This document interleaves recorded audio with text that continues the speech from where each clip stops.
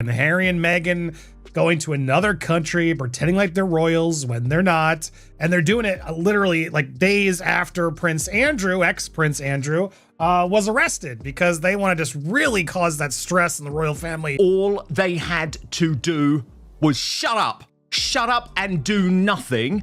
And Prince Harry and Meghan Markle were probably going to get their best news cycle in years, because we know deep down they want to bring down the British royal family. You know what's honestly wild?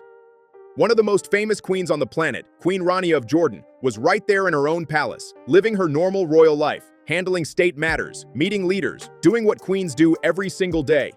And somehow, she didn't have even one spare moment to greet Meghan Markle. Not 5 minutes, not a quick handshake, not even a polite photo opportunity. And that silence?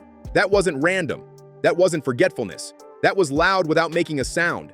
Because when someone as experienced and media savvy as Queen Rania stays quiet, people in royal circles start paying attention fast.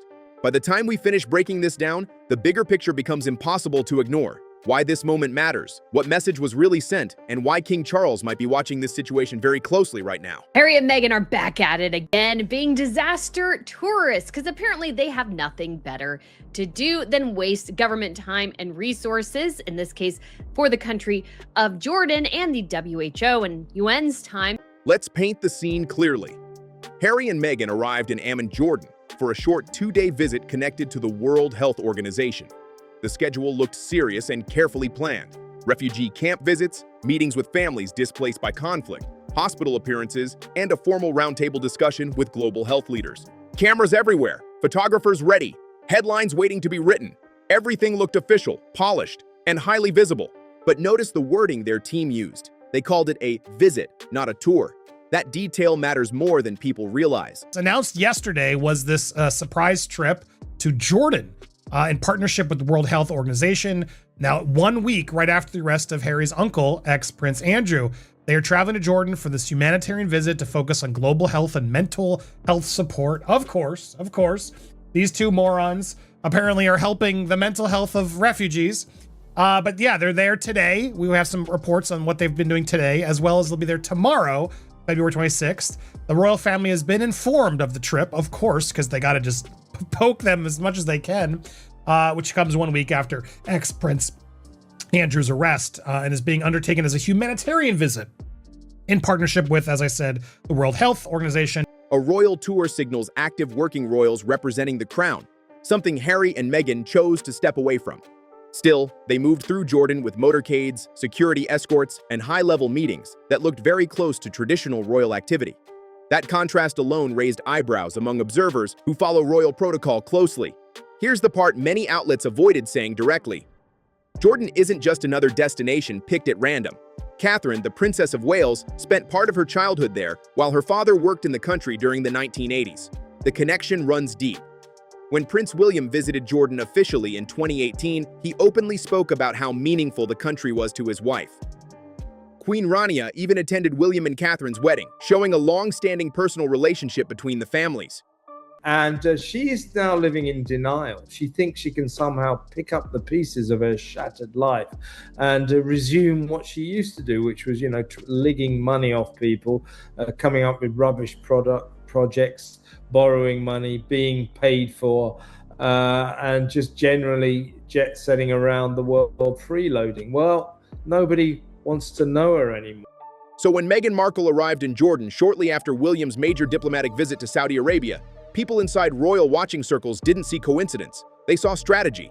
Timing like that rarely happens by accident, especially on the global stage where symbolism matters just as much as action. And here's where things get very interesting. Despite knowing Harry and Meghan were present in their country, King Abdullah and Queen Rania chose not to meet them. No palace reception, no official greeting, no shared photos, absolute distance. Some commentators tried to suggest scheduling conflicts, but royal diplomacy doesn't work that way. Glaring warning sign to Charles that the titles need to be stripped from Harry and Meghan. They must be stripped. They have to be stripped, because this cannot go on forever. Them parading themselves around as if they're working royals when they're not, when they have nothing to offer, making their fans think that they're somehow competent in anything, is a problem. And this is the exact wrong thing Charles needs right now. Now, according to reports, Harry and Meghan let the palace know that they were going to undertake this trip, but the palace can't stop them. The only thing the palace can do is the thing Charles refuses to do, which is strip his son of all his titles and his son and his grandchildren of their places in the line of succession because they don't need to be there. When individuals still hold the titles Duke and Duchess of Sussex, titles still listed on the official royal family website, every meeting, or lack of one, sends a message loud and clear. If Queen Rania had wanted that meeting, it would have happened. Simple as that. Royal households don't operate on guesswork or last-minute confusion. There are official channels, private secretaries, diplomatic teams, and entire departments whose only job is coordinating royal encounters. Calls get made, schedules shift, doors open. So when no meeting takes place, it's not an accident. It's a decision made right at the top. And here's the key detail. Queen Rania understood something important. Meghan needed that moment more than Jordan needed the meeting. She needed that photograph, standing beside established royalty, real working royalty, in a country deeply connected to Prince William and Catherine. She always knows where the camera is, doesn't she? Everybody's listening to this lady, Prince Harry, everybody. Meghan's eyes directly to the camera. And, but that smile, there's nothing to smile about. It is incredibly creepy. One image could have quietly sent a powerful message. We're still relevant. We still belong in royal spaces. We're still part of the global conversation. That's the kind of symbolism royal watchers recognize instantly, but Queen Rania didn't play along. No photo, no handshake, no palace backdrop, just silence. And in royal diplomacy, silence speaks louder than headlines. It was elegance without confrontation, dignity without drama. A strategic refusal delivered with perfect royal composure. Online reactions exploded almost immediately. One viewer commented, "Fairy telling at least one king knows how to treat these two." And the remark gained massive attention. Another wrote, "Queen Rania obviously could not be bothered with irrelevant fake royals." I've got so much to say about this, by the way, because Jordan, I'm sure you know, is also one of the happy places for Prince William and Catherine, the Princess of Wales, where she grew up. And Meghan is just cosplaying Diana here in a cringe and creepy way. The clear sort of messaging coming from Montecito is, we're the future. We're now going to be the real royals. But actually, all of us are looking at this like, what the hell? You have just involved yourself in the biggest geopolitical dispute in the world, which divides everyone, and you're doing it without a second thought. Whether people agree or disagree, the public clearly noticed the absence, and they interpreted it as intentional distance. Then came another moment that fueled discussion. During the Jordan visit, Meghan kicked a soccer ball while visiting young refugees at a camp. A friendly gesture, a relatable moment. But within hours, social media users posted side-by-side images, comparing it to Catherine doing nearly the exact same activity during an earlier royal tour. Similar setting, similar pose, similar outreach. Yet audiences kept pointing out a very different vibe, and the pattern didn't stop there. Harry and Meghan were going to do a 2-day visit to Jordan. Why? To visit Palestinian refugees, which we are not to take as any sort of reflection on their political ideologies, even though obviously visiting Gaza refugees does have a bit of a potential political ramification, especially when we know that Meghan is a diehard liberal. So she is probably anti-Israel, maybe. I don't know. But it's a distinct possibility. And when this news came out, I'm like, right, of course. Prince William was just in Saudi Arabia a couple of weeks ago, and Harry and Meghan managed to arrange a Middle East visit themselves right after. Prince William travels to Saudi Arabia, and shortly afterward, Harry and Meghan announce a Middle East visit. Catherine has long-standing ties to Jordan, and suddenly Meghan appears in Jordan. Princess Diana became globally known for comforting hospital patients, famously holding hands to break social stigma. Then cameras capture Meghan holding a patient's hand in a hospital setting, carefully photographed from every angle. Supporters call it inspiration, critics call it imitation. Either way, the comparisons keep coming, and they keep getting louder. Some observers believe this reflects someone still connected emotionally to the institution she stepped away from, trying to recreate familiar royal imagery, but under different rules, different control, and different cameras. She's part of many scandals, yet the palace is interceding on her behalf. So are we under any doubt that this is any different? Because why are they getting that? Harry and Meghan Markle would not be able to to spot kindness or charity, even if it slapped them. Ironically, the more similar moments appear, the more people start comparing styles, presence, and authenticity. That comparison naturally brings attention back to Catherine, who many see as comfortable in the role without needing to prove it. Now, there's another part of the story that sparked intense public discussion. Meghan's father, Thomas Markle, now 80 years old, has faced serious health challenges, including a stroke and major medical complications that resulted in the amputation of his leg. Reports say he is recovering in the Philippines, largely away from close family support. Go through what has happened so far since they touched down in Jordan and visited a specialty hospital in Amman, where Meghan, very much in Diana wannabe mode, held hands with a 14-year-old Gaza refugee burns victim and talked to doctors. They also watched a music class at the Quest Scope Youth Centre at the Zatari refugee camp near Mafraq and took part in a football discussion. Then things get really bad because they're teaming up with Dr. Tedros. Now, Dr. Tedros, bloke who ran the World Health Organization during COVID, one of the worst people in the world, okay? Like, this is not the win that Prince Harry and Meghan think it is, but we'll get into that in a moment. First, let's just watch day one of Meghan pretending to be Princess Diana and Prince Harry thinking he's the one to save the royal family on this fake royal tour. At the same time, Meghan was photographed in Jordan visiting refugees and holding the hand of a 14-year-old patient during a hospital visit, a humanitarian moment captured by photographers. Many commentators online contrasted those images with her father's situation back home.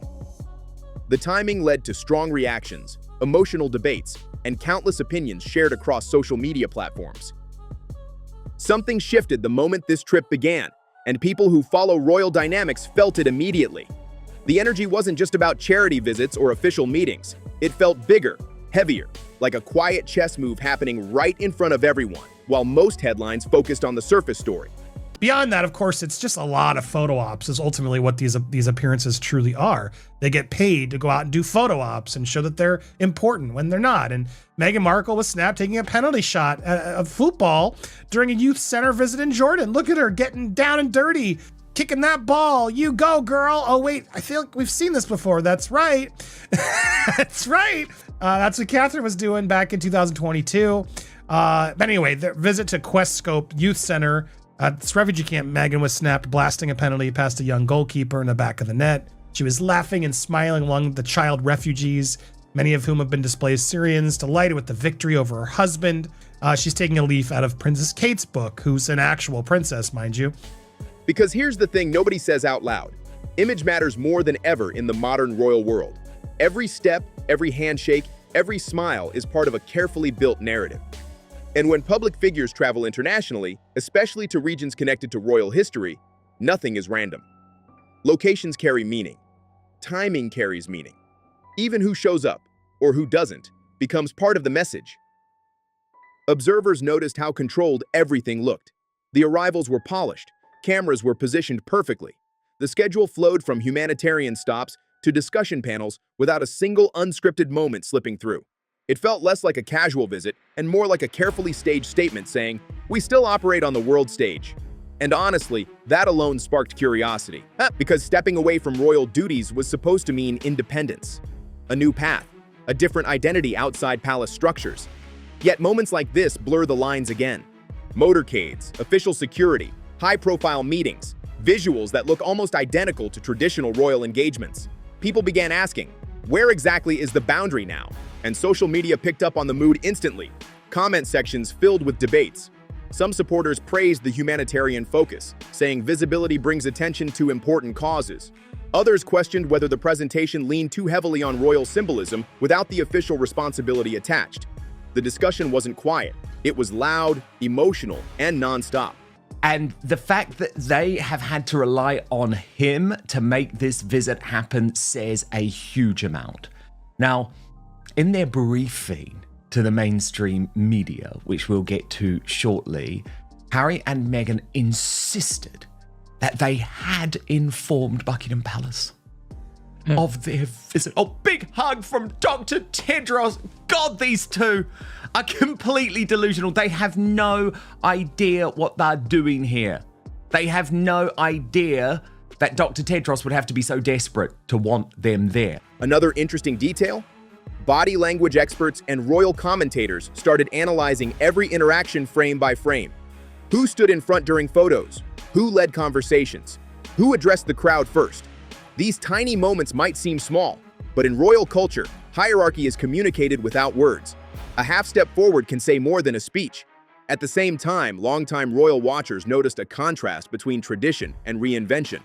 Established royals often rely on consistency, repeating proven formats, maintaining steady public presence, letting reputation grow slowly over years. This visit, however, carried a different rhythm: faster pacing, bigger visual moments, stronger emphasis on global attention. And that contrast created tension in the public conversation. Was this evolution, reinvention, or an ongoing attempt to redefine what modern royalty even looks like?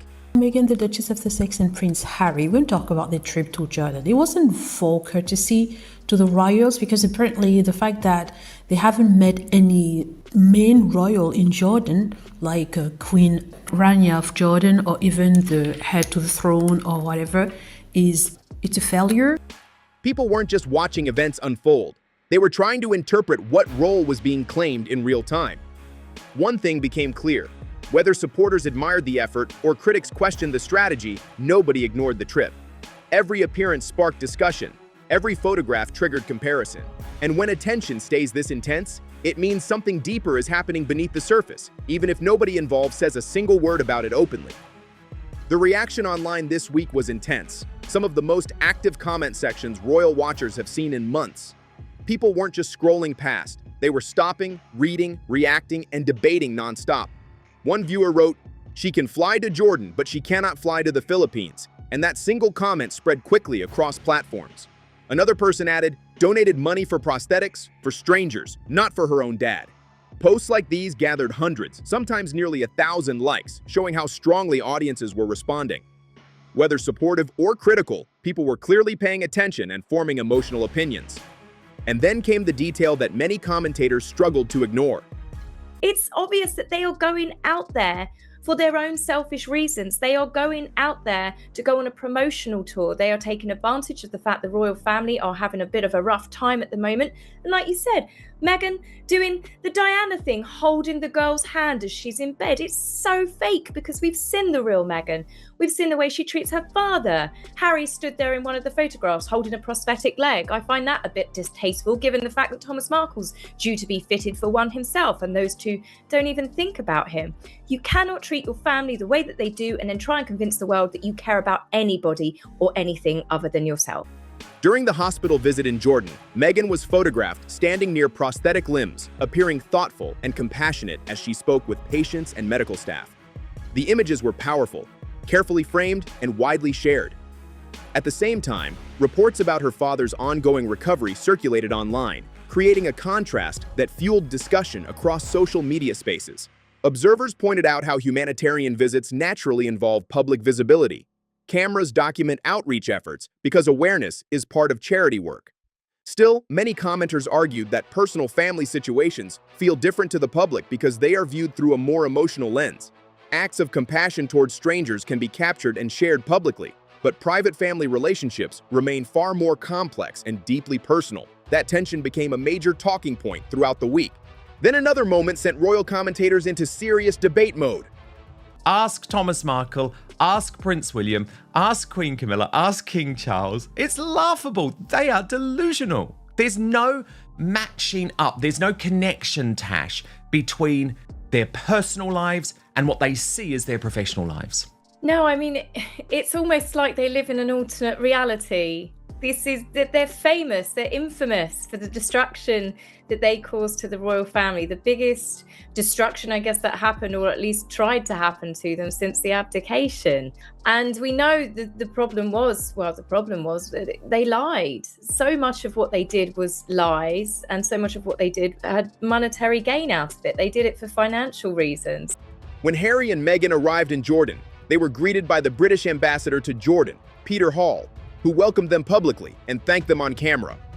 Shortly afterward, they were received at the ambassador's official residence, a setting normally associated with diplomatic significance. Here's why that mattered. Their representatives had emphasized to journalists that the trip was independent, not connected to the UK government, and not an official royal engagement.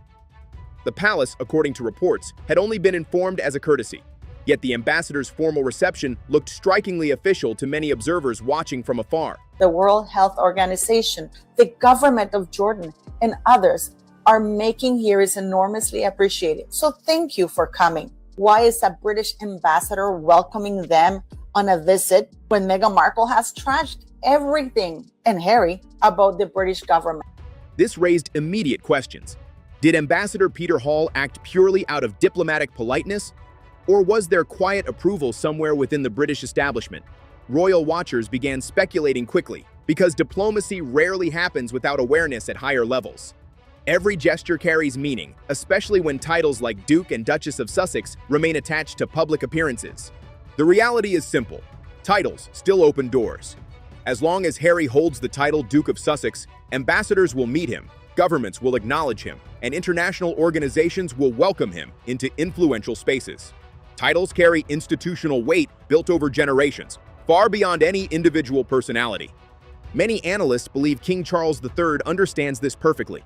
Some even suggest that removing titles would symbolize a permanent break, something a father might hesitate to do. Why are these two going? How much does it cost for these two to go? And why do they keep allowing this to happen? I don't get it. Now, as you'll remember, they did, similar visits to Nigeria, Colombia. They love these faux royal tours to go out there to make it seem like they're, royals, when we all know they're not. The lingering question beneath all the headlines becomes emotional rather than political. Does the king still hope reconciliation is possible someday? And that brings us to a moment worth examining carefully. Because when people begin asking difficult questions about Prince Harry himself, the conversation shifts from controversy to genuine curiosity and confusion all at once. This man walked away from one of the most extraordinary positions on the planet, a life most people would dream of. A platform that gave him influence over causes worldwide, access to every global leader, and a purpose few could ever match. The Invictus Games, humanitarian work, charity campaigns, even the chance to shape public discourse, all of it was within his reach. He left it behind. He said the institution was toxic, the royal structure was suffocating, that he needed freedom to live on his own terms. And now, here he is, in Jordan, sitting at a World Health Organization conference table while his wife kicks a soccer ball for cameras, poses with prosthetic limbs, and carefully manages every photo opportunity. For many viewers, the images of Harry in Jordan were almost shocking. He's a shell of the person that he was. He looks unwell. He doesn't look healthy. His skin doesn't look healthy. His eyes do not look healthy. He just looks angry all of the time. And I've got no sympathy for him after the way he's treated everybody. I mean, the fact that I've never understood really how he can have all of this compassion for people and when he does these videos. But what about your grandmother when she was dying of bone cancer? What about your grandfather? You were laughing on Oprah, knowing that you have just thrown an atomic bomb over the royal family and your grandfather was dying. Sitting slightly behind Meghan, looking off to the side, his expression caught between thought and uncertainty, sparked immediate comparison with the man he was just a few years ago. One viewer captured the sentiment perfectly, and their comment received nearly 700 likes. All partners of a narcissist have that tired, sad, haunted look. And people online were echoing the same sentiment. This isn't just a photo, it's a story in itself. The story of someone who seemed lost in the world they chose for freedom. The contrast is striking. Harry once commanded rooms, drove initiatives, and stood at the forefront of causes that mattered. This is a very, very ill man, and if you look at some of the pictures of him this week at the Carers event at Buckingham Palace, where he attended alongside Queen Camilla and Keir Starmer, the British Prime Minister, it's very obvious that this is a man who is really struggling health-wise to perform. And he doesn't want that to be on the agenda. Today, he's navigating Jordan with cameras focused elsewhere, following carefully orchestrated media instructions while Meghan directs the visuals and ensures every angle communicates exactly what they want. He wanted freedom, but freedom looks very different when every moment is photographed, every gesture framed, and every step analyzed. And here's the part that makes observers wonder. King Charles has remained largely silent.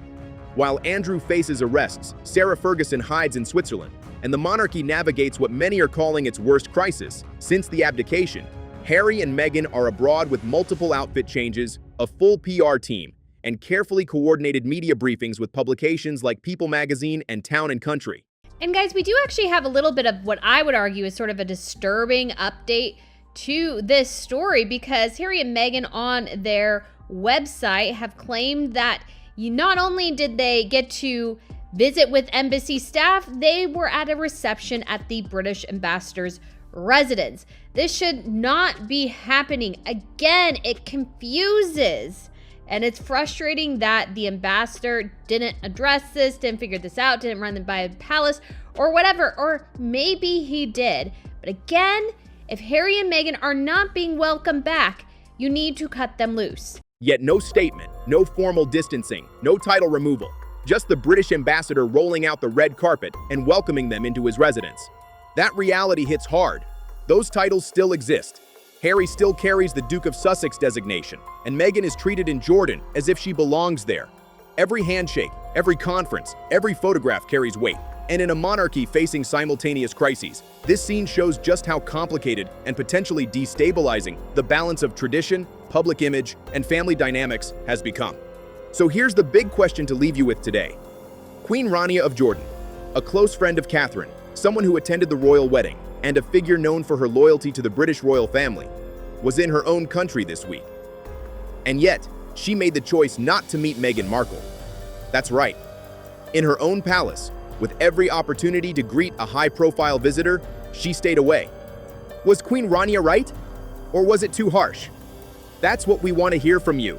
Drop your answer in the comments right now, because every single comment gets read and responses are coming from us today. No spin, no PR filter, just real discussion about what's happening behind the palace walls, the subtle signals, and the unspoken truths about this family. If this video gave you insight, perspective, or even just made you think twice about what the mainstream media isn't telling you, hit that like button. Share your thoughts in the comments. Let's get the conversation going.